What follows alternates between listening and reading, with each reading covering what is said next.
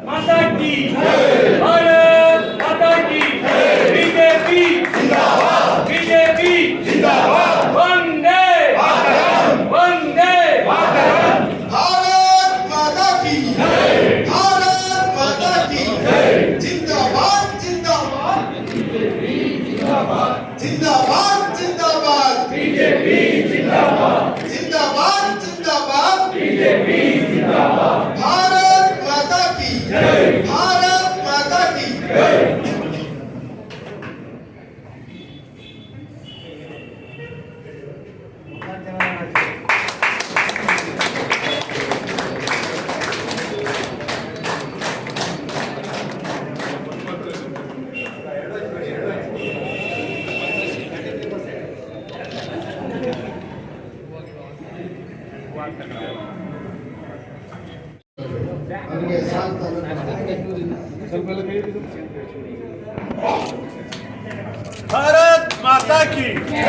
भारत माता की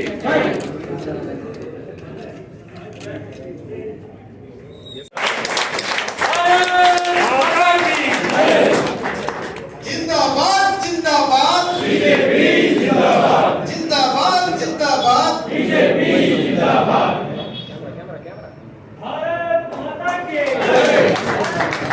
मातरम वंदे मातरम जिंदाबाद जिंदाबाद बीजेपी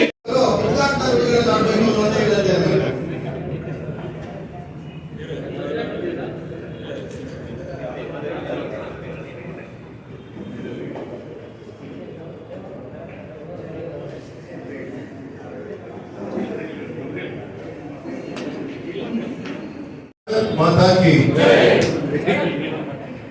ವೇದಿಕೆ ಮೇಲೆ ಆಸೀನರಾಗಿರುವಂತ ನಮ್ಮ ಪಕ್ಷದ ಎಲ್ಲ ಗೌರವಾನ್ವಿತ ಮುಖಂಡರೇ, ಚುನಾಯಿತ ಪ್ರತಿನಿಧಿಗಳೇ, ಬಂದಂತ ನಮ್ಮ ಜಿಲ್ಲಾ ಕಾರ್ಯಕರ್ತರ ವಿಶೇಷ ಆಮೇಲೆ 3 ತಿಂಗಳಿಗೊಮ್ಮೆ ನಾವೆಲ್ಲರೂ ಕೂಡ ಸೇರ್ತಾ ಇದ್ವಿ. ಈ 3 ತಿಂಗಳು ನಾವು ನೋಡ್ಲಿಕ್ಕೆ ಸಾಧ್ಯ ಇಲ್ಲ, ಕೇಳಲಿಕ್ಕೆ ಸಾಧ್ಯ ಇಲ್ಲ. ಇವತ್ತು ಭಾರತೀಯ ಜನತಾ ಪಕ್ಷ 42 ವರ್ಷಗಳು ತುಂಬಿ ಮೊನ್ನೆ ಏಪ್ರಿಲ್ 6ನೇ ತಾರೀಕಿಂದ ಸಂಸ್ಥಾಪಕ ದಿನಾಚರಣೆ ಕೂಡ ನಾವೆಲ್ಲರೂ ಕೂಡ ಆಚರಣೆಯನ್ನ ಮಾಡ್ತಾ ಇದ್ದೀವಿ. ಈ ಒಂದು ಹಂತಕ್ಕೆ ನಾವು ತಲುಪ್ತಾ ಇದ್ದೀವಿ. ಇಲ್ಲಿಗೆ ಸಾಲದು, ಮುಂದಿನ ಒಂದು ಗುರಿಯನ್ನು ಕೂಡ ಈಗಾಗಲೇ ರಾಷ್ಟ್ರೀಯತೆ ಬಗ್ಗೆ ಚಿಂತನೆ ಮಾಡ್ತಿರುವಂತ, ರಾಷ್ಟ್ರದ ಹಿತದೃಷ್ಟಿಯಿಂದ ಚಿಂತನೆ ಮಾಡ್ತಿರುವಂತ ಭಾರತೀಯ ಜನತಾ ಪಕ್ಷದ ಕಾರ್ಯಕರ್ತರಿಗೆ ಈಗಾಗಲೇ ಕರೆಯನ್ನ ಕೊಟ್ಟಿದ್ದಾರೆ, ಕಾರ್ಯಕ್ರಮವನ್ನು ಕೂಡ ಕೊಟ್ಟಿದ್ದಾರೆ. ಅನೇಕ ಪ್ರಶಿಕ್ಷಣ ಸಭೆಗಳು, ಕಾರ್ಯಕ್ರಮಗಳು ಕೂಡ ನಡೀತಾ ಇದೆ. ನಾವೆಲ್ಲರೂ ಕೂಡ ಒಂದಲ್ಲ ಒಂದು ರೀತಿಯಲ್ಲಿ ಕಾರ್ಯಕ್ರಮದಲ್ಲಿ ತೊಡಗಿಸಿಕೊಂಡು ಅದನ್ನ ಕಾರ್ಯರೂಪಕ್ಕೆ ತರುವಂತ ದಿಕ್ಕಲ್ಲೂ ಕೂಡ ತಮ್ಮದೇ ಆದಂತ ಒಂದು ಶ್ರಮನು ಕೂಡ ಆಗ್ತಾ ಇದೆ. ಅತ್ಯಂತ ಹೆಮ್ಮೆಯಿಂದ ನಾನು ಹೇಳಲಿಕ್ಕೆ ಇಷ್ಟಪಡ್ತೇನೆ. ಇವತ್ತು ಭಾರತೀಯ ಜನತಾ ಪಕ್ಷ ಮೇಲ್ವರ್ಗದ ಪಕ್ಷ, ಭಾರತೀಯ ಜನತಾ ಪಕ್ಷ ಯಾವುದೋ ಒಂದು ವ್ಯಾಪಾರಸ್ಥರಿಗೆ ಸಂಬಂಧಪಟ್ಟಂತ ಅಷ್ಟೇ ಸೀಮಿತವಾದಂತ ಪಾರ್ಟಿ, ಯಾವುದೋ ಒಂದು ಸೀಮಿತ ಜಾತಿಗಳಿಗೆ ತೋರಿಸಿ ಭಾರತೀಯ ಜನತಾ ಪಕ್ಷ ಇಷ್ಟು ಮಾತ್ರ ಸೀಮಿತ ಅಂತ ತೋರಿಸ್ತಾ ಇದೆ. ದಕ್ಷಿಣ ಕರ್ನಾಟಕದಲ್ಲಿ ಇಲ್ಲ, ನಾರ್ತ್ ಈಸ್ಟ್ ಅಲ್ಲಿ ಇಲ್ಲ, ಹಿಂದಿ ಆಧಾರಿತ ಕೆಲವು ಭಾಷಾ ರಾಜ್ಯಗಳಲ್ಲಿ ಮಾತ್ರ ಸೀಮಿತ. ಇದು ಒಂದು ಕಾಲದ ಚರ್ಚೆ. ಅವರ ಒಂದು ನೇತೃತ್ವದಲ್ಲಿ ಇವತ್ತು ಭಾರತೀಯ ಜನತಾ ಪಕ್ಷ ನಮ್ಮ ದೇಶಕ್ಕೂ ಕೂಡ ಸೀಮಿತ ಆಗಿದೆ. ಒಂದು ಅಂತಾರಾಷ್ಟ್ರೀಯ ರಾಜಕೀಯ ಪಕ್ಷ, ಮೊದಲನೇ ಒಂದು ಹೆಚ್ಚಿನ ಸದಸ್ಯತ್ವವನ್ನ ಹೊಂದಿರುವಂತ ಮೊದಲನೇ ಒಂದು ರಾಜಕೀಯ ಪಕ್ಷ, ಅದು ಹೆಮ್ಮೆಯ ಭಾರತೀಯ ಜನತಾ ಪಕ್ಷ ಅಂತ ಹೇಳಿ ತುಂಬಾ ಅಭಿಮಾನದಿಂದ ನಾವೆಲ್ಲರೂ ಕೂಡ ಹೇಳ್ಬೋದು. ಹಾಗೆ ಆಗ್ಬಿಡ್ತಾ ಇವತ್ತು ಕಮ್ಯುನಿಸ್ಟ್ ಪಾರ್ಟಿ 8 ಕೋಟಿ ಇದ್ದಂತ ಮೆಂಬರ್ಶಿಪ್ ಇವತ್ತು ಭಾರತೀಯ ಜನತಾ ಪಕ್ಷ 20 ಕೋಟಿ ಮೆಂಬರ್ಶಿಪ್ ಅನ್ನ ಪಡೆಯುವ ದಿಕ್ಕಿನಲ್ಲಿ ನಮ್ಮ ದೇಶವನ್ನು ಬಿಟ್ಟು ಅಂತಾರಾಷ್ಟ್ರೀಯ ಮಟ್ಟದಲ್ಲೂ ಕೂಡ ಸದಸ್ಯತ್ವ ಆಗ್ತಾ ಇದೆ. ಇವತ್ತು ಅಂತಾರಾಷ್ಟ್ರೀಯ ಮಟ್ಟದ ಅನೇಕ ಬೇರೆ ಬೇರೆ ದೇಶದ ಅಂಬಾಸಿಡರ್ ಇರ್ಬೋದು, ರಾಜತಾಂತ್ರಿಕರಿರ್ಬೋದು, ಇವತ್ತು ಭಾರತೀಯ ಜನತಾ ಪಕ್ಷ ಹ್ಯಾಕ್ ಸಂಘಟನೆ ಕಟ್ತಾ ಇದ್ದಾರೆ ಅಂತ ಹೇಳಿ ನಮ್ಮ ಪಾರ್ಟಿ ದೆಹಲಿಯ ಕಚೇರಿಗಳಿಗೆ ಭೇಟಿ ಕೊಡುವಂತ ಪ್ರಯತ್ನಗಳು ಇರ್ಬೋದು. ವಿನಂತಿ ಮಾಡ್ಕೊಂತ ಇದ್ದಾರೆ, ನಮ್ಮ ಪಕ್ಷದ ಒಂದು ಕಾರ್ಯಕ್ರಮ ನಮಗೆ ಎಷ್ಟ ಕರೀರಿ, ಮೋದಿಜಿ ಅವರಿದ್ದಂತ ಕಾರ್ಯಕ್ರಮ ಕರೀರಿ, ಅಮಿತ್ ಶಾ ಇದ್ದಂತ ರ್ಯಾಲಿ ನಮಗೆ ಕರೀರಿ ಅಂತ ಹೇಳಿ ಬೇರೆ ದೇಶದ ಪ್ರತಿನಿಧಿಗಳು ಇವತ್ತು ವಿನಂತಿಯನ್ನ ಪಕ್ಷದ ಅಧ್ಯಕ್ಷರು ಮಾಡ್ತಾ ಇದ್ದಾರೆ. ಅಂದ್ರೆ ಇಲ್ಲಿ ಇಷ್ಟೊಂದು ಯಾವುದೊಂದು ಮ್ಯಾಜಿಕ್ ಆಗ್ಲಿಕ್ಕೆ ಸಾಧ್ಯ ಇಲ್ಲ. ಎಷ್ಟು ಶ್ರಮ ಇರ್ಬೋದು. ಅವತ್ತಿನ ಒಂದು ಗುರಿ ರಾಮ ಮಂದಿರ ಇವತ್ತಿನ ದಿನ ಅಲ್ಲ, ಅವತ್ತು ಆತ್ಮನಿಜಿ ಅವರ ಪಾದಯಾತ್ರೆ, ಶ್ಯಾಮ್ ಪ್ರಸಾದ್ ಮುಖರ್ಜಿ ಅವರ ಅವತ್ತಿನ ಕನಸು ಆರ್ಟಿಕಲ್ 370 ತೆಗೆದುಕೊಳ್ಬೇಕು, ಕಾಶ್ಮೀರ ಸ್ವತಂತ್ರ ಕೊಡಬೇಕು ಅಂತ ಅದು ಇವತ್ತು ಇಂಪ್ಲಿಮೆಂಟ್ ಆಗ್ತಾ ಇದೆ. ಅಂದ್ರೆ ಅವತ್ತು ಏನು ಗುರಿಯನ್ನ ಇಟ್ಕೊಂಡಿದ್ರು ಆ ದಿಕ್ಕಲ್ಲಿ ಇವತ್ತು ಹೆಜ್ಜೆ ಇಡ್ತಾ ಇದೆ. ಗುರಿಯಾದ ಸಂವಿಧಾನ ದೇಶದ ಒಂದು ಸೌರಭ್ಯ ಒಂದು ಶಕ್ತಿ ತುಂಬುವಂತ, ರಾಷ್ಟ್ರೀಯತೆ ತುಂಬುವಂತ ಶಕ್ತಿ ಚಿಂತನೆ ಇವತ್ತಾಗ್ತಾ ಇಲ್ಲ. ಹಿಂದೆ ದೀನದಯಾಳಜಿಯಿಂದ ಅವತ್ತಿನ ಚಿಂತನೆಗಳು ಇವತ್ತು ಇಂಪ್ಲಿಮೆಂಟ್ ಆಗ್ತಾ ಇದೆ. ಹಾಗಾಗಿ ಯಾವ್ದು ಶಾರ್ಟ್ ಕಟ್ ಇಲ್ಲ, ಅದು ಶ್ರಮ. ನಿಮ್ಮಂತ ಅನೇಕ ಹಿರಿಯರ ಒಂದು ಪರಿಶ್ರಮ. ಎಷ್ಟು ಜನ ಇದ್ದಾರೆ, ಎಷ್ಟು ಜನ ನಮ್ಮಿಂದ ದೂರ ಆಗಿದ್ದಾರೆ. ಇವತ್ತು ಅನೇಕ ಹಿರಿಯರಾಗಿ ಮನೆಯಲ್ಲಿ ಬಂದು ಆಶೀರ್ವಾದ ಮಾಡ್ತಾ ಇದ್ದಾರೆ. ಅವರೆಲ್ಲ ಪರಿಶೋಧನೆ ಸಂಘಟನೆ ಈ ದಿಕ್ಕಲ್ಲಿ ಹೋಗ್ತಾ ಇದೆ. ಈ ಸಂದರ್ಭದಲ್ಲಿ ನಮ್ಮೆಲ್ಲರ ಸುಯೋಗ ಇತ್ತು. ಸನ್ಮಾನಿತ ನರೇಂದ್ರ ಮೋದಿಜಿ ಅವರ ನೇತೃತ್ವ 42ನೇ ವರ್ಷದ ಸಂಸ್ಥಾಪಕ ದಿನಾಚರಣೆ ನಾವು ಆಚರಣೆ ಮಾಡ್ತೀವಿ. ಎಷ್ಟು ವಿಶೇಷ. ಒಂದ್ ಕಡೆಗೆ ಭಾರತ ದೇಶಕ್ಕೆ 75 ವರ್ಷಗಳು ತುಂಬಿದಂತ ಅಮೃತ ಮಹೋತ್ಸವ ಸಂದರ್ಭ ಸಂಸ್ಥಾಪಕ ದಿನಾಚರಣೆ ಮಾಡ್ತಾ ಇದ್ದೀವಿ. ಅಂತಾರಾಷ್ಟ್ರೀಯ ಮಟ್ಟದಲ್ಲಿ ನಮ್ಮ ಸರ್ಕಾರ ಇವತ್ತು ಅನೇಕ ವಿಚಾರಗಳನ್ನು ಬಿತ್ತುವಂತ ದಿಕ್ಕಿನಲ್ಲಿ ಯಶಸ್ವಿಯಾಗಿ ಇವತ್ತು ಕಾರ್ಯಕ್ರಮವನ್ನು ಕೊಡ್ತಾ ಇದೆ. ಮೂರನೇದು, ವಾಪಸ್ ಡಬಲ್ ಇಂಜಿನ್ ನಮ್ಮ ಸರ್ಕಾರ 4 ರಾಜ್ಯದಲ್ಲಿ ವಾಪಸ್ ನಾವು ಪಡಿಸ್ಕೊಳ್ಳುವಂತ ಒಂದು ಪ್ರಯತ್ನ ಯಶಸ್ವಿಯಾಗಿದ್ದೀವಿ. 5ನೇದು, ರಾಜ್ಯಸಭೆಯಲ್ಲಿ 94ನೇ ಇಸ್ವಿ ನಂತರ ರಾಜ್ಯಸಭೆಯಲ್ಲಿ 100ರ ಗಡಿ ದಾಟದಂತ ಮೊದಲನೇ ರಾಜಕೀಯ ಪಕ್ಷ ಭಾರತೀಯ ಜನತಾ ಪಕ್ಷ. ಇವತ್ತು 101 ರಾಜ್ಯಸಭಾ ಸದಸ್ಯರನ್ನ ನಾವು ಆಯ್ಕೆ ಆಗಿದ್ದೀವಿ. 101 ಆಯ್ಕೆ ಆಗಬೇಕು. ಎಷ್ಟು ಜನ ಶಾಸಕರು ಓಟ್ ಮಾಡಬೇಕು, ಎಷ್ಟು ರಾಜ್ಯದಲ್ಲಿ ಒಂದು ಅಧಿಕಾರ ಬರಬೇಕು. ದೇಶದ 31 ರಾಜ್ಯಗಳಲ್ಲಿ ಸುಮಾರು 14-17 ರಾಜ್ಯಗಳಲ್ಲಿ ಭಾರತೀಯ ಜನತಾ ಪಕ್ಷದ ನೇತೃತ್ವ ಆಡಳಿತವನ್ನು ಮಾಡ್ತಾ ಇದೆ. ಅಂದ್ರೆ ಈ ರೀತಿ ಯಶಸ್ವಿಯಾಗಿ ಅಧಿಕಾರ ಹೋಗ್ತಾ ಇದೆ. 7 ವಿಧಾನಸಭಾ ಕ್ಷೇತ್ರದಲ್ಲಿ 6 ಕಡೆ ಭಾರತೀಯ ಜನತಾ ಪಕ್ಷ ನಾವು ಗೆದ್ದಿದ್ದೀವಿ. ಸೊ 6 ಉಳಿಸ್ಕೊಂಡು 7ನೇನು ಹಾಗೆ ನಾಳೆ ಬರೋದು ಸರ್ಕಾರಕ್ಕೆ ನಮ್ಮ ಕೊಡುಗೆ ನಮ್ಮ ಜಿಲ್ಲೆಯಿಂದ ಕೊಡ್ಲಿಕ್ಕೆ ಏನೇನು ಪರಿಶ್ರಮವನ್ನು ಹಾಕಬೇಕು, ಅದರ ಮುಖಾಂತರ ಮನೆ ಸಿದ್ಧಿಸೋದ್ರಲ್ಲಿ ಮಾತಾಡ್ತೀವಿ. ತುಂಬಾ ಒಳ್ಳೆಯ ವಿಷಯವನ್ನು ಪ್ರಸ್ತಾಪ ಮಾಡಿದ್ರು. ನಾವು ಬರುವಂತ ದಿನದಲ್ಲಿ ಯಾವುದೇ ನಮ್ಮ ಶಾಸಕರಾಗ್ಲಿ, ಯಾವುದೇ ನಿಗಮ ಮಂಡಳಿಗಳಾಗ್ಲಿ ನಮಗೆ ಬೇಡ, ಕಾರ್ಯಕರ್ತರಿಗೆ ಕೊಡ್ಬೇಕು. ಕಾರ್ಯಕರ್ತರು ಸ್ವಾಭಿಮಾನದಿಂದ ಕೆಲಸ ಮಾಡುತ್ತಾ ಸಂಘಟನೆ ಬಿಜೆಪಿ ನಿಜವಾದ ಒಂದು ಕಾರ್ಯಚಟುವಟಿಕೆಯಲ್ಲಿ ಭಾಗವಹಿಸಿರುವಂತ ನಿಮಗೆ ಗೊತ್ತು. ಇಡೀ ಕರ್ನಾಟಕ ರಾಜ್ಯದಿಂದ ಈ ರೀತಿ ಪ್ರಮುಖ ಕಾರ್ಯಕರ್ತರು, ಲಕ್ಷಾಂತರ ಕಾರ್ಯಕರ್ತರು ತಾಲೂಕು ಮಟ್ಟದಲ್ಲಿ, ಜಿಲ್ಲಾ ಮಟ್ಟದಲ್ಲಿ, ರಾಜ್ಯ ಮಟ್ಟದಲ್ಲಿ ಕೆಲಸ ಮಾಡೋದು ಪತ್ರಿಕೆ ಟಿವಿಗಳಲ್ಲಿ ಬರಲ್ಲ.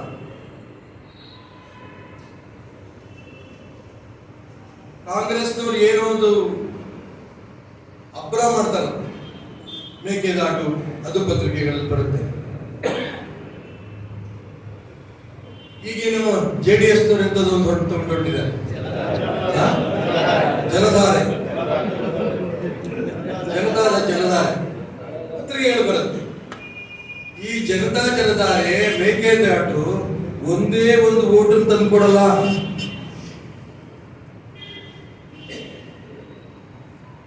ಆದ್ರೆ ನಾವು ಹೇಳಿದಲ್ಲ, ಲಕ್ಷಾಂತರ ಕಾರ್ಯಕರ್ತರು ಪ್ರತಿನಿತ್ಯ ಜನರ ಸಂಪರ್ಕದಲ್ಲಿ ಇದೀವಲ್ಲ, ಇದು ಕೇವಲ ವೋಟ್ ತಂದು ಕೊಡೋದಕ್ಕೋಸ್ಕರ ಮಾಡ್ತಾ ಇರುವಂತ ಕೆಲಸ ಅಲ್ಲ. ನಮ್ಮ ಸಂಘಟನೆ ಮುಖಾಂತರ ಈ ದೇಶದ ವಿಚಾರವನ್ನ, ಸಿದ್ಧಾಂತವನ್ನ ಪ್ರತಿಯೊಬ್ಬ ವ್ಯಕ್ತಿಗೆ ಸೇರಿಸ್ತಾ ತಿಳಿಸ್ತಾ ಅದ್ರ ಮುಖಾಂತರ ನಾವು ಬೆಳೀತಾ ಇದೆ. ಚುನಾವಣಾ ಫಲಿತಾಂಶಗಳು ಇಡೀ ಕರ್ನಾಟಕ ರಾಜ್ಯದಲ್ಲಿ ಗ್ರಾಮ ಪಂಚಾಯಿತಿ ಚುನಾವಣೆಗಳಾಯಿತು. ಗ್ರಾಮ ಪಂಚಾಯಿತಿ ಚುನಾವಣೆ ಆದಾಗ ಕಾಂಗ್ರೆಸ್ JDS ಪಕ್ಕಕ್ಕೆ ಸರಿಸಿ ಅತಿ ಹೆಚ್ಚು 90,000 ಅತಿ ಹೆಚ್ಚು ಗ್ರಾಮ ಪಂಚಾಯತ್ ಸದಸ್ಯರು ಭಾರತೀಯ ಜನತಾ ಪಾರ್ಟಿಯ ಬೆಂಬಲಿತರು ಗೆದ್ದಿದ್ದಾರೆ. ಒಟ್ಟಾರೆ ಇದೇ ರೀತಿ ಸರ್ಕಾರಗಳು ಆಗ್ಬೇಕೋ ಬೇಡೋ ತೀರ್ಮಾನ ಇಂಥ ಸಭೆಯಲ್ಲಿ ಆಗಬೇಕು. ಬಿಜೆಪಿ ಸರ್ಕಾರ ಆದ್ರೆ ಸಾಕ, ಯಾವ್ದಾವ್ದೋ ಪಕ್ಷದಲ್ಲಿ ಬರ್ಲಿ, ನಾವು ಬಂದ್ ಬೇಡ ಅನ್ನಲ್ಲ. ಆದರೆ ಈ ರೂಪದ ಗೊಂದಲಮಯವಾದ ಸರ್ಕಾರಗಳು ಯಾವ ಕಾರಣಕ್ಕೂ ನಮಗೆ ಅಪೇಕ್ಷೆ ಇಲ್ಲ. ಆದ್ರೆ ವಿಧಿಯಿಂದ ಆಗ್ತಾ ಇದೆ. ಯಡಿಯೂರಪ್ಪ 4 ಬಾರಿ ಮುಖ್ಯಮಂತ್ರಿಗಳಾದರು, ಜಗದೀಶ್ ಶೆಟ್ಟರ್ ಮುಖ್ಯಮಂತ್ರಿ ಆದರು, ಸದಾನಂದಗೌಡರು ಮುಖ್ಯಮಂತ್ರಿ ಆದರು, ಈ ಬೊಮ್ಮಾಯಿ ಮುಖ್ಯಮಂತ್ರಿ ಆಗಿದ್ದಾರೆ. ಯಾವುದಾದ್ರೂ ಸಂದರ್ಭದಲ್ಲಿ ಪೂರ್ಣ ಬಹುಮತ ನಮಗೆ ಬಂದಿದೆಯಾ? ಹತ್ರ ಬರ್ತೀವಿ, ಮೆಜಾರಿಟಿಗೆ ಕಡಿಮೆ ಆಗುತ್ತೆ, ಮೆಜಾರಿಟಿ ಇಲ್ಲ. ಕಾಂಗ್ರೆಸ್ ಜೆಡಿಎಸ್ ಸರ್ಕಾರ ಆಗುತ್ತೆ, ಮತ್ತು ಬರ್ತಾರೆ ನಮ್ಮ ಜೊತೆಗೆ. ಈ ರೀತಿ ಕಲಸು ಮೇರೋಗರ ಸರ್ಕಾರಗಳು ಖಂಡಿತ ಬಹಳ ಜನ ಒಳ್ಳೇದು ಅಲ್ಲ, ಸಮಾಧಾನ ಅಲ್ಲ. ಅಭಿವೃದ್ಧಿ ಕಾರ್ಯಗಳಾಗ್ತಾ ಇದೆಯಾ?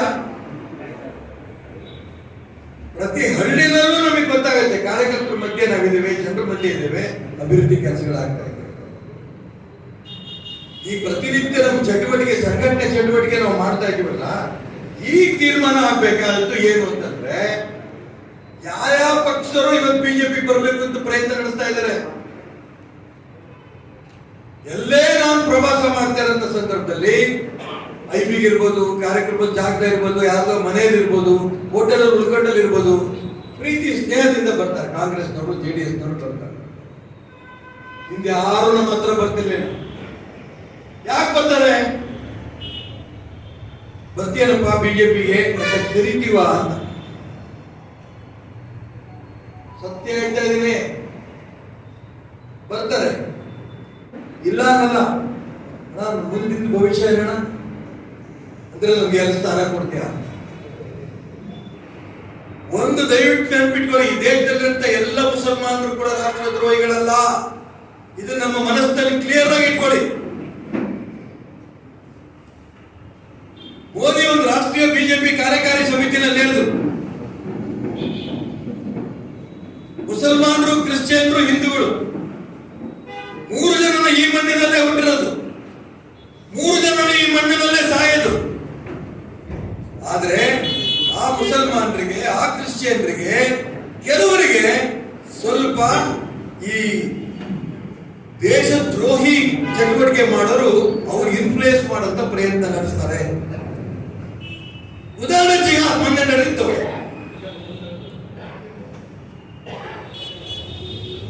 ಹಿಜಾಬ್ದು ಎಲ್ಲ ವಿದ್ಯಾರ್ಥಿಗಳಿಗೂ ಆಸಕ್ತಿ ಇರಲಿಲ್ಲ. ಅನೇಕ ವರ್ಷಗಳಿಂದ ಹಿಜಾಬ್ ಹಾಕೊಂಡೇ ಹೋಗ್ತಿದ್ರು ಶಾಲೆಗಳಿಗೆ. 96 ಜನ ವಿದ್ಯಾರ್ಥಿನಿಯರಂತ ಮುಸಲ್ಮಾನರ ವಿದ್ಯಾರ್ಥಿನಿಯರಂತ ಶಾಲೆಗಳಲ್ಲಿ 6 ಜನ ಮುಸಲ್ಮಾನ ಹೆಣ್ಮಕ್ಳಿಗೆ ಯಾರು ಹಚ್ಕೊಟ್ರು. ಹಿಜಾಬ್ ಹಾಕೊಂಡು ಹೋಗಿ ಶಾಲೆಗೆ ಹೋಗ್ಲೇಬೇಕು, ಇಲ್ಲಾಂದ್ರೆ ಬಿಡಬೇಡಿ. 90 ಮಕ್ಕಳು ಬಂದು, 100 ಜನ ಸೃಷ್ಟಿ ಮಾಡೋದು. ಯಾರೋ ಸೃಷ್ಟಿ ಮಾಡಿಸಿದ್ದು ಇಡೀ ಕರ್ನಾಟಕ ರಾಜ್ಯದಲ್ಲಿ ಹರಡಿತು. ಕೋರ್ಟ್ ಏನೇನು ಹೇಳಿದೆ ಅದಕ್ಕೆ ವಿವರಕ್ಕೆ ನಾನು ಹೋಗಲ್ಲ. ಕೋರ್ಟ್ ಬಂದ ನಂತರ, ತೀರ್ಮಾನ ಬಂದ ನಂತರ ಇದೇ ಕಾಂಗ್ರೆಸ್ ಕೋರ್ಟ್ ತೀರ್ಮಾನದ ವಿರುದ್ಧ ಸಂಘ, ಯಾವುದೋ ಸಂಘಟನೆ ಬಂದ್ ಕಾಲ್ ಕೊಟ್ಟಿದ್ದು ಏನ್ ತಪ್ಪಿದೆ ಅಂತ ಕಾಂಗ್ರೆಸ್ಸಿನ ವ್ಯಕ್ತಿಗಳು ಹೇಳ್ತಾರೆ. ಅಂದ್ರೆ ಅವರಿಗೆ ಕೋರ್ಟಿನ ಬಗ್ಗೆನೂ ಕೂಡ ಗೌರವ ಇಲ್ಲ. ಕೇವಲ ಮುಸಲ್ಮಾನ್ ವೋಟ್ ಮೇಲೆ ಕಣ್ಣಿಟ್ಟಿದ್ದಾರೆ. ಮುಸಲ್ಮಾನರು, ನಾನು ಅನೇಕ ಉತ್ತರ ಪ್ರದೇಶದ ಚುನಾವಣೆ ನಡೆದಂತ ಕೆಲವು ಪ್ರಮುಖರ ಹತ್ರ ಮಾತಾಡಿದಾಗ ಮುಸಲ್ಮಾನರು ಕೂಡ ಬಿಜೆಪಿ ಅನೇಕ ಕಡೆ ವೋಟ್ ಕೊಟ್ಟಿದ್ದಾರೆ. ನಾವು ಯಾವುದೇ ಕಾರಣಕ್ಕೂ ಕೂಡ ಮುಸಲ್ಮಾನ್ ಕಾಣ್ತಿದ್ದಂಗೆ ನಾವು ಪಾಕಿಸ್ತಾನದವರ ಉಗ್ರಗಾಮಿಗಳು ಈ ಭಾವನೆಗಳನ್ನ ದೂರ ತಳ್ಳಿ ಆ ಮುಸಲ್ಮಾನರು ಜೊತೆ ಜೋಡಿಸ್ಕೊಳ್ಳಕ್ಕೆ ಏನ್ ಪ್ರಯತ್ನ ನಡೆಸಬೇಕು. ನಾನು ಮುಂಚೆ ಹೇಳಿದಲ್ಲ, ಜಾತಿ ಪಕ್ಕಕ್ಕೆ ಸರಿಸಿ, ಹಣ ಪಕ್ಕಕ್ಕೆ ಸರಿಸಿ, ಸಂಘಟನೆ ಕಟ್ಟೋದಿಕ್ಕೆ ಏನ್ ಮಾಡ್ಬೇಕು. ಇದೊಂದು ಕಾಂಗ್ರೆಸ್ನವರ ತಂತ್ರಕ್ಕೆ ಪ್ರತಿತಂತ್ರ. ಎಷ್ಟು ಆಟಗಳಾಡ್ತಾ ಇದ್ದಾರೆ ನೀವು ನೋಡ್ತಾ ಇದ್ದೀರಿ. ಅವ್ರು ಮಾಡೋದು ಹಿಂದೂ ಮುಸಲ್ಮಾನರು ಬೇರೆ ಬೇರೆ ಮಾಡೋದು. ಸರ್ವಜನಾಂಗದ ಶಾಂತಿಯ ತೋಟ, ಅಣ್ಣ ತಮ್ಮಂದ್ರಿಗೆ ಬದುಕಬೇಕು ಅಂತ ಹೇಳಿದರು. ಮತ್ತು ಅವರೇ ಯಾವ ಭಾರತೀಯ ಜನತಾ ಪಾರ್ಟಿ ಸರ್ಕಾರ ಗಟ್ಟಿ ಆಯ್ತು, ಹುಬ್ಬಳ್ಳಿಯಲ್ಲಿರೋನು ತಕ್ಷಣ ಅರೆಸ್ಟ್ ಮಾಡ್ಕೊಂಡ್ಬಂದು ಅವನು ಒಪ್ಕೋತಾ ಇದ್ದಾನೆ, ನಿಜ ನಾನು ಕರೆದಿದ್ದು ಹೌದು. ಅದಕ್ಕೆ ಕಲ್ಲುಡ್ಸಿದ್ ನಾನು 2000 ಜನಕ್ಕೆ ಹೆಂಗ್ ಕಳಿಸ್ದೆ? ಯಾರು ನೀವು ಸ್ಫೂರ್ತಿ ಕೊಟ್ಟವರು? ಒಬ್ಬ ವ್ಯಕ್ತಿ ಮಾಡೋದಂತ, ವಸೀಂ ಪಾಟೀಲ್ ಮಾಡೋದಂತ ಕೆಲಸ ಇಡೀ ಮುಸಲ್ಮಾನರನ್ನ ಹುಬ್ಬಳ್ಳಿರಲ್ಲ, ಇಡೀ ಕರ್ನಾಟಕ ರಾಜ್ಯದಲ್ಲಿ ಅನುಮಾನದಲ್ಲಿ ನೋಡುವಂತ ಪರಿಸ್ಥಿತಿ ಇವತ್ತು ಬಂದಿದೆ. ಅವ್ರು ಒಪ್ಕೊಂಡೇನು, ಇನ್ನು ಯಾರು ಮುಂದೆ ಬರ್ತಾರೆ. ನಾನು ಒಂದೇ ಒಂದು ಉದಾಹರಣೆ ಕೊಟ್ಟು ಮುಂದೆ ಮುಸಲ್ಮಾನರ ಬಗ್ಗೆ ಜಾಸ್ತಿ ಮಾತಾಡಲ್ಲ. ಯಾಕೆ ಹೇಳ್ತಾ ಇದೀನಿ ಅಂತಂದ್ರೆ ನಮ್ಮ ಕಣ್ಣು ಮುಂದೆ ಮುಸಲ್ಮಾನರು ಅಂತ ತಕ್ಷಣ ಖಾಸಗಿಯಾಗಿ ವೈಯಕ್ತಿಕವಾಗಿ ಮಾತಾಡಿದಾಗ ಅವ್ರಿಗೂ ಕೂಡ ಅನ್ಸುತ್ತೆ ನಾವು ಇಲ್ಲಿ ಬದುಕ್ತಾ ಇದ್ದೀವಿ, ಕೇಂದ್ರ ಸರ್ಕಾರ ರಾಜ್ಯ ಸರ್ಕಾರ ನಮ್ಗೇನು ಅನ್ಯಾಯ ಮಾಡಿಲ್ಲ, ಯಾರೋ ಮುಸಲ್ಮಾನ್ ಕೆಲವು ಗೂಂಡಾಗಳು ಮಾಡುವಂತ ದುಷ್ಕೃತ್ಯಕ್ಕೆ ನಾವು ಬಲಿಯಾಗ್ತಾ ಇದೀವಿ ಅಂತ ಭಾವನೆ ಉಳಿದಂತ ಮುಸಲ್ಮಾನರು ಖಂಡಿತ ಇವತ್ತಿಲ್ಲ ನಾಳೆ ಬಂದೇ ಬರುತ್ತೆ. ಸಮಯ ಬೇಕು. ಮುಂಚೆ ಬ್ರಾಹ್ಮಣರ ಪಾರ್ಟಿ ಅಂತ ಕರೆದ್ರು, ಆಮೇಲೆ ಲಿಂಗಾಯತರ ಪಾರ್ಟಿ ಅಂತ ಕರೆದ್ರು. ಇವತ್ತು ದಲಿತರು, ಲಿಂಗಾಯತರು, ಹಿಂದುಳಿದವರು ಮೇಲಿರುವ ಭಾರತೀಯ ಜನತಾ ಪಾರ್ಟಿ ಜೊತೆ ಬಂದಾಗಿದೆ. ಇನ್ನು ಮುಸಲ್ಮಾನರು ಮಾತ್ರ ಪೂರ್ಣ ಪ್ರಮಾಣದಲ್ಲಿ ಬರಕ್ಕಾಗಿಲ್ಲ, ಬರ್ತಾರೆ, ಅರ್ಥ ಆಗುತ್ತೆ ಇವತ್ತಿಲ್ಲ ನಾಳೆ. ಇದಕ್ಕೆ ನಾನು ಹೇಳಿಕೊಂಡಿದ್ದೀನಿ ಅಂತಂದ್ರೆ ಇನ್ನೊಂದು ವರ್ಷ ಕರ್ನಾಟಕ ರಾಜ್ಯದ ಭಾರತೀಯ ಜನತಾ ಪಾರ್ಟಿ ಮೇಲೆ ಏನೇನು ಕೆಟ್ಟ ಹೆಸರು ತರಬೇಕು ಕೆಟ್ಟ ಹೆಸರು ತರಂತ ಪ್ರಯತ್ನ ಆರಂಭದಲ್ಲಿ ಹೌದಾ ಹೀಗಾಯ್ತಾ ಅನ್ನಂತ ಅನುಮಾನ ನಮ್ಮನ್ನೂ ಹುಟ್ಟಿಸ್ಬೇಕು. ಆ ದಿಕ್ಕಿನಲ್ಲಿ ಕಾಂಗ್ರೆಸ್ನವರು ಮಾಡ್ತಾರೆ. ನಾವು ಬಲಿಯಾಗಂತ ಪ್ರಶ್ನೆ ಉದ್ಭವ ಇಲ್ಲ. ಜನಕ್ಕೆ ವಾರ 15 ದಿನ ಸತ್ಯ ಹೊರಗೆ ಬರುತ್ತೆ. ಗಟ್ಟಿಯಾಗಿದೆ ನಮ್ಮ ಸರ್ಕಾರ. ಗೃಹ ಮಂತ್ರಿ ಬಗ್ಗೆ ಎಷ್ಟು ಮಟ್ಟಿಗೆ ಮಾತಾಡೋದು? ಒಂದೇ ಘಟನೆ ಮೈಸೂರು ನಡೆದಂತ ಘಟನೆ. ಸ್ವತಃ ನನ್ನ ಅಕ್ಕ ತಂಗಿಯರು ಯಾರಾದ್ರೂ ಕೂಡ ಅಂತ ಜಾಗಕ್ಕೆ ಯಾಕೆ ಹೋಗಿದ್ದೆ ಅಂತ ಕೇಳದ್ದು ಅಷ್ಟೊತ್ತಲ್ಲಿ ಹೋಗಿ ತಪ್ಪ? ಗೃಹ ಮಂತ್ರಿಗಳು ಈ ರೀತಿ ಹೇಳ್ಬಿಟ್ರು, ಅಲ್ಲೇ ಹುಟ್ಟಿದ್ರು. 3 ದಿನ ಟಿವಿಗಳಲ್ಲಿ ಅದೇ ಗೃಹ ಮಂತ್ರಿ ಹೆಸರು ಬರ್ತಾ, ಗೃಹ ಮಂತ್ರಿ ಹೆಸರು ಬರ್ತಾ. ಅವ್ರು ಹೇಳಿದೇನು ಸರಿಯಾದ ಜಾಗ ಅಲ್ಲ ಅದು, ಅಷ್ಟೊತ್ತಲ್ಲಿ ಹೋಗ್ಬಿಡುದು, ಯಾಕೆ ಹೋಗಿದ್ರು ಅಂತ ಎಷ್ಟು ಮಟ್ಟಿಗೆ ಪ್ರಚಾರ ಕೊಟ್ಟರು. ನಮ್ಮಲ್ಲೂ ಅನೇಕರು ಮಾತಾಡ್ಬಿಟ್ರು. ಗೃಹ ಮಂತ್ರಿಗಳ ಬಾಯಲ್ಲಿ ಬಂದಿದ್ದು ಸರಿನಾ? 10 ದಿನದಲ್ಲಿ ಎಲ್ಲಾರು ಹಿಡಿದು ಶಿವಮೊಗ್ಗ ಹರ್ಷಾನ್ ಕೊಲೆ ಒಂದೇ ದಿನದಲ್ಲಿ ಎಲ್ಲ 10 ಜನಕ್ಕೆ ಅರೆಸ್ಟ್ ಮಾಡುದು. ಹುಬ್ಬಳ್ಳಿ ಯಾರ್ಯಾರು ತಪ್ಪಿತಸ್ಥೆಲ್ಲ ಹಿಡಿದಾಗಾಯ್ತಾಗ್ಲೇ. ಇದಕ್ಕಿಂತ ಗೃಹ ಮಂತ್ರಿ ಇರ್ಬೇಕಾ? ಇದಕ್ಕಿಂತ ಸರ್ಕಾರ ಆಗ್ಬೇಕಾ? ಅಪಪ್ರಚಾರ ಮಾಡೋದಿಕ್ಕಲ್ಲಿ ಇನ್ನೊಂದು ವರ್ಷ ಅದೇ ಕೆಲಸ ಅವರಿಗೆ. ಅವರಲ್ಲಿರುವಂತ ಗುಂಪುಗಾರಿಕೆ, ಅವರು ಯಾರು ಮುಖ್ಯಮಂತ್ರಿ ಆಗ್ಬೇಕು, ಏನಾಗ್ಬೇಕು, ಯಾವ ಜಾತಿ ಎಬ್ಬಿಸ್ಬೇಕು, ಯಾರಿಚ್ಛೆ. 109 ಜನ ಸ್ಟೇಟ್ ಜನರಲ್ ಸೆಕ್ರೆಟರಿಗಳು.